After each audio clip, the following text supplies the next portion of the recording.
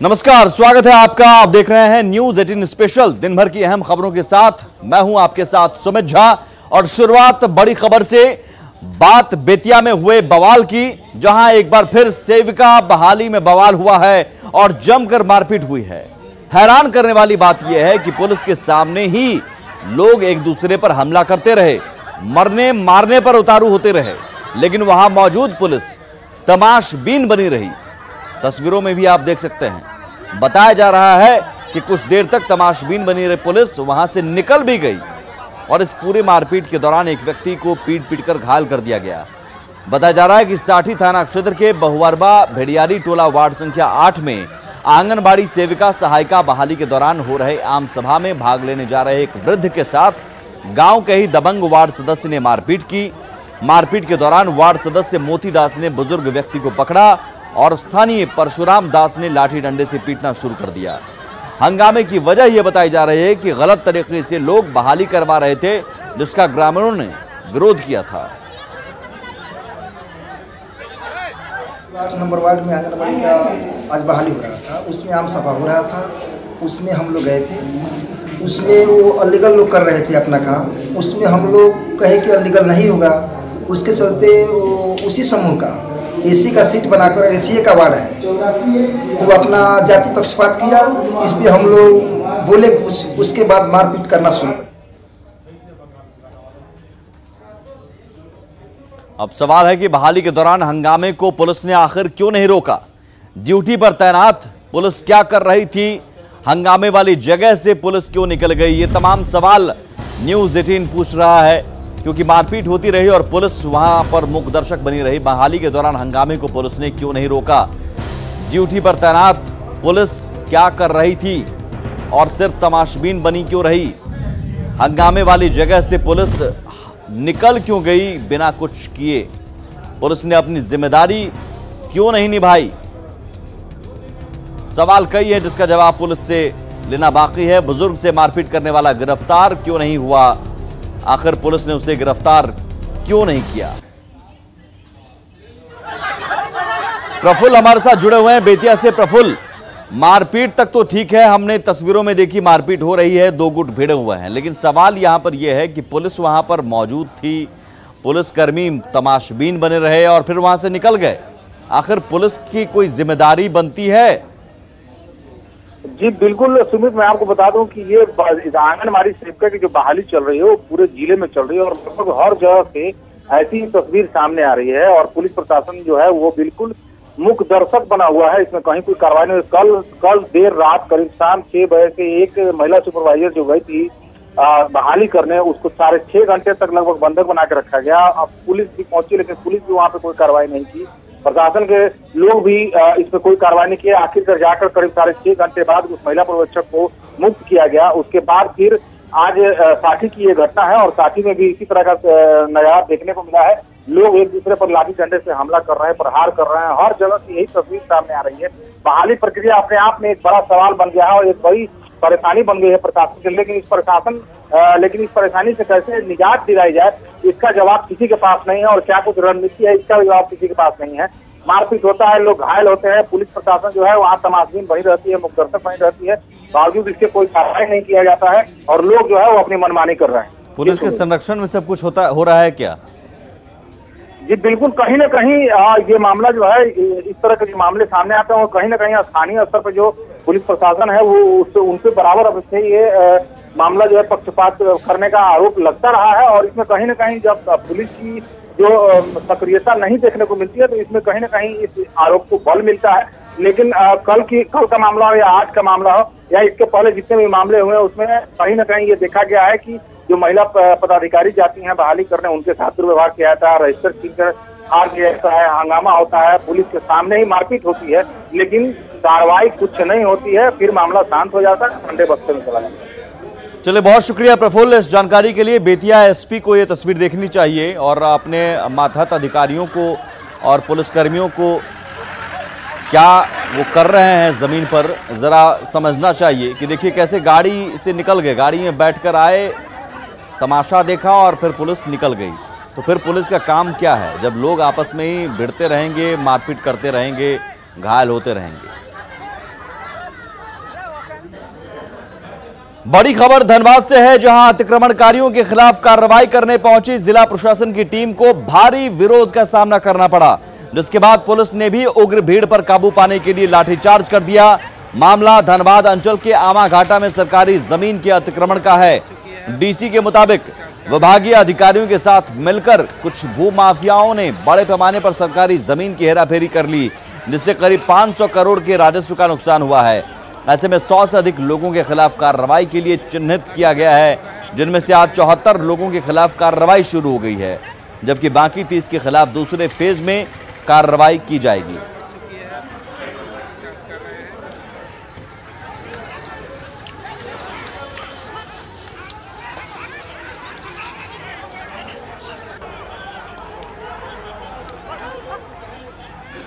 हो चुका है। कर्मचारी अंचल अधिकारी और अंचल कार्यालय के साथ मिलीभगत करके काफ़ी बड़े पैमाने पे यहाँ पर अवैध अतिक्रमण किया गया है। अगर एक रफ कैलकुलेशन करें तो आई थिंक 400-500 करोड़ के भू राजस्व की क्षति पहुँचाई गई है। काफ़ी कीमती ज़मीन है, शहर के बीचों बीच है। इसमें अभी तक 74 लोगों को हम लोगों ने चिन्हित किया था, जिसमें कि 44 को हम लोगों ने आज अतिक्रमण तोड़ने का कार्रवाई शुरू किया है। बाकी जो रिमेनिंग 30 हैं उनको उनके द्वारा कुछ कागज प्रस्तुत किए गए हैं, उसके ऊपर भी जेपीएलई बात हम लोग शुरू करेंगे। अगली बड़ी खबर रांची से है। रेजिडेंट डॉक्टरों की हड़ताल खत्म हो गई। स्वास्थ्य सचिव से बातचीत के बाद हड़ताल खत्म कर दी गई है। 3 दिन से ओपीडी में कामकाज बंद था और जाहिर है हड़ताल से मरीज परेशान थे, हलखान थे, लेकिन अब मरीजों को भी राहत और 3 दिन तक चली ये हड़ताल अब खत्म हो गई। रेजिडेंट डॉक्टरों की हड़ताल, स्वास्थ्य सचिव से बातचीत के बाद हड़ताल खत्म की गई है। बड़ी खबर रांची से, जहां रेजिडेंट डॉक्टरों की हड़ताल चल रही थी और पिछले 3 दिनों से हड़ताल चल रही थी, जिसे खत्म कर दिया गया।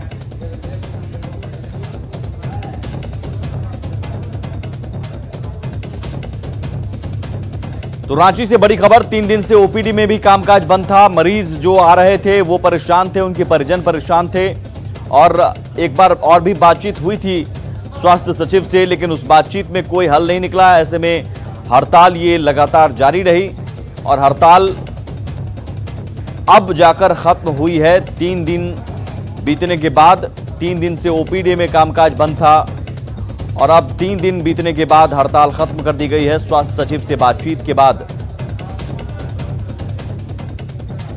उपेंद्र हमारे साथ जुड़े हुए हैं। उपेंद्र, 3 दिन बीतने के बाद हड़ताल खत्म हो गई, किन मुद्दों पर सहमति बनी और क्या यह हड़ताल अब दोबारा नहीं होगी? देखिए सुमित, जो जानकारी है उसके अनुसार नेपाल हाउस में वार्ता हुई है और उसके बाद हड़ताल वापस लेने का फैसला लिया है। जो रेजिडेंट डॉक्टर हैं और जो जूनियर डॉक्टर हैं, वो जो जानकारी मिली उसके अनुसार लिखित आश्वासन के बाद ये लोग माने हैं। कहा गया है कि चरणबद्ध तरीके से मार्च के अंत में और अप्रैल की शुरुआत से इनका जो बकाया था 7वें वेतनमान के हिसाब से जो सैलरी मिलनी चाहिए थी, जो नहीं मिली थी, तो जो बाकी था वो इनको भुगतान शुरू हो जाएगा। और उसके बाद जो एसोसिएशन है, जूनियर डॉक्टर एसोसिएशन, उन्होंने फैसला लिया है कि अभी हड़ताल को स्थगित कर दिया जाए। हमारी बात हुई है उनके अध्यक्ष विकास सिंह से। उन्होंने कहा है कि कल से राज्य भर के जितने जो मेडिकल कॉलेज है उसके सभी ओपीडी समान रूप से चलेंगे और जितने डॉक्टर्स हैं, रेजिडेंट डॉक्टर्स हैं और जूनियर डॉक्टर, वो अपने अपने ओपीडी में मरीजों को देखेंगे। बड़ी राहत की बात है सुमित। चलिए, बहुत शुक्रिया उपेंद्र इस जानकारी के लिए। बिहार में उद्योग को बढ़ावा देने के लिए बिहार सरकार अपना बंदरगाह बनाने की तैयारी में है और यह बंदरगाह ओडिशा में बनाया जाएगा। मकसद निवेशकों को सुविधा देने का है ताकि बिहार में उद्योग लगे और लोगों को रोजगार मिले।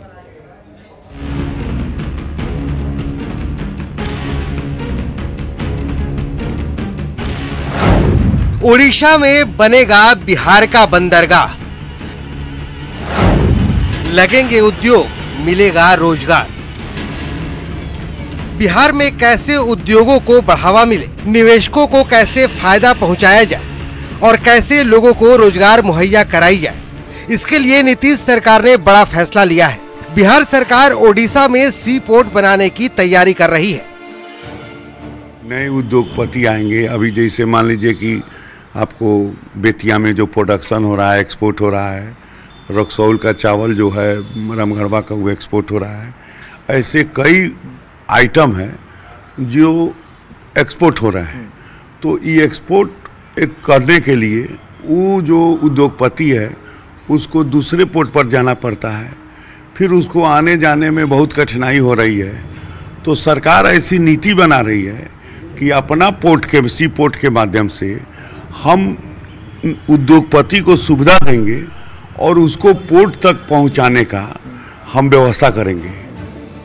सरकार का मकसद है कि निवेशकों को अगर सुविधाएं मुहैया कराई जाए तो राज्य के अंदर निवेश आएगा और राज्य के विकास की गति को रफ्तार मिलेगी। चूंकि ओडिशा बिहार से नजदीक है, लिहाजा कम खर्च में ज्यादा सुविधाएं मिलेंगी। उड़ीसा में लगने से 3 प्रकार का फायदा होगा। एक फायदा यह है कि यह हमारा जो झारखंड, जो हमारा पुराना अपना जो राज्य है, उससे सटा हुआ उड़ीसा का बॉर्डर है और वहाँ से झारखंड से और आपको बिहार आने का एकदम 4 लाइन सरल रोड है। और हमारा जो गया है सो गया के सटे हुए वह झारखंड है और झारखंड के सटे हुए उड़ीसा है। तो हमारा जो राज्य की अंतिम सीमा जो गया है वह इसमें लाभान्वित होगा। दरअसल 20 लाख रोजगार देने का सरकार का वादा है। सरकार अपने वादे को पूरा करने के लिए संकल्पित है। ऐसे में ओडिशा में बनने वाला बंदरगाह बिहार के विकास में मील का पत्थर साबित होगा। पटना से न्यूज़ 18 के लिए आनंद अमृतराज की रिपोर्ट।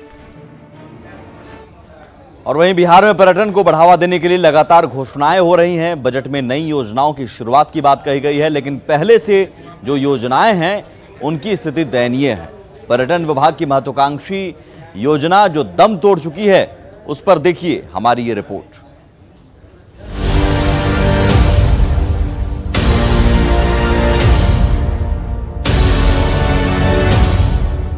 पहली नजर में इन तस्वीरों को देखकर आप कबाड़ समझ सकते हैं, लेकिन सच ये नहीं है। दरअसल पर्यटकों को लुभाने के लिए बिहार में डबल डेकर बस की शुरुआत 2014 में हुई थी। पर्यटन विभाग ने पटना में डबल डेकर बसें मंगवाई थी, लेकिन आज स्थिति क्या है वो बताने के लिए तस्वीरें काफी हैं। कि यहाँ पे बिहार दर्शन के लिए यहाँ पे लाया गया था डबल डेकर बस, पहली बार 54 लाख की कीमत पे जरा। लेकिन आज जो है ये पूरी तरह से कबाड़ खाने में तब्दील है। सबसे चौंकाने वाली बात है कि ये सिर्फ 4 दिन ही ये चला। और ये जरा देखिए कि यहाँ पे अगर प्रवेश करेंगे तो ये एसी बस हुआ करती थी। जानकर आप हैरान हो जाएंगे कि बसों की खरीद हो गई, लेकिन किसी को ये पता नहीं था कि जिस शहर में सड़कों पर तारों के जाल और खंभे भरे पड़े हैं, वहां ये बसें चलेंगी कैसे। हालांकि बस को काट छाट कर छोटा किया गया, लेकिन वो भी सड़क के लिए उपयुक्त नहीं थी। डबल डेकर का सबसे ज्यादा प्रॉब्लम है, इसको हाइट ज्यादा था, हाइट के ऊपर भी सीट लगा हुआ था। तो बिहार में इतने तार था कि ओकरा लगी लग्घा लेके जाइए, हेने होने उठाइए और लग्घा के तब गाड़ी पार करिए। इस चलते उनको छोटा कर दिया गया। पर्यटन विभाग की बसों को तो आपने देख लिया, अब जरा ये बग्घी देखिए। ये पटना की शान हुआ करती थी। 2011 में पर्यटकों के लिए विभाग ने इसकी शुरुआत की। 4 बग्घी खरीदने के बाद 2 पटना और 2 राजगीर को मिला, लेकिन बग्घी भी बस की तरह ही अब कबाड़ हो चुकी है। अब न घोड़े बचे और न ही बग्घी। पर्यटकों को घुमाने के लिए और लुभाने के लिए ये बग्घी योजना शुरू की गई थी। यहाँ पे घोड़े के द्वारा तमाम जगहों पर घुमाने की व्यवस्था थी और ऐसे 2 बग्घी जो है वो लाए गए थे। लेकिन ये भी योजना जो है अनदेखी का शिकार हुई और इसमें ना अब यहाँ पे कोई घोड़ा बचा है, ना ये बग्घी बची है। पर्यटन विभाग के कबाड़ में रखी ये बग्घी विभाग के काम कर रहे अधिकारियों की मनोदशा का सबूत देती है। अब बग्घी तो खराब हो गया, अब नहीं चलेगा तो खराब ही ना होगा। है ना, नहीं चलेगा तो खराब हो जाएगा। कितना बग्घी आया था? ऐसे तो पटना में 4 गो आया था, 2 गो शायद राजगीर गया था, 2 गो यहाँ था। पर्यटन विभाग की योजनाओं का हाल सवाल खड़े करती है कि सरकारी पैसों की इस बर्बादी का जिम्मेदार है कौन।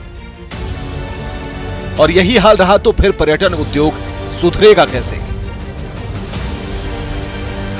न्यूज़ 18 के लिए पटना से रवि एस नारायण की रिपोर्ट। खबरें भी और भी हैं, लौटते हैं बस थोड़े ही देर में।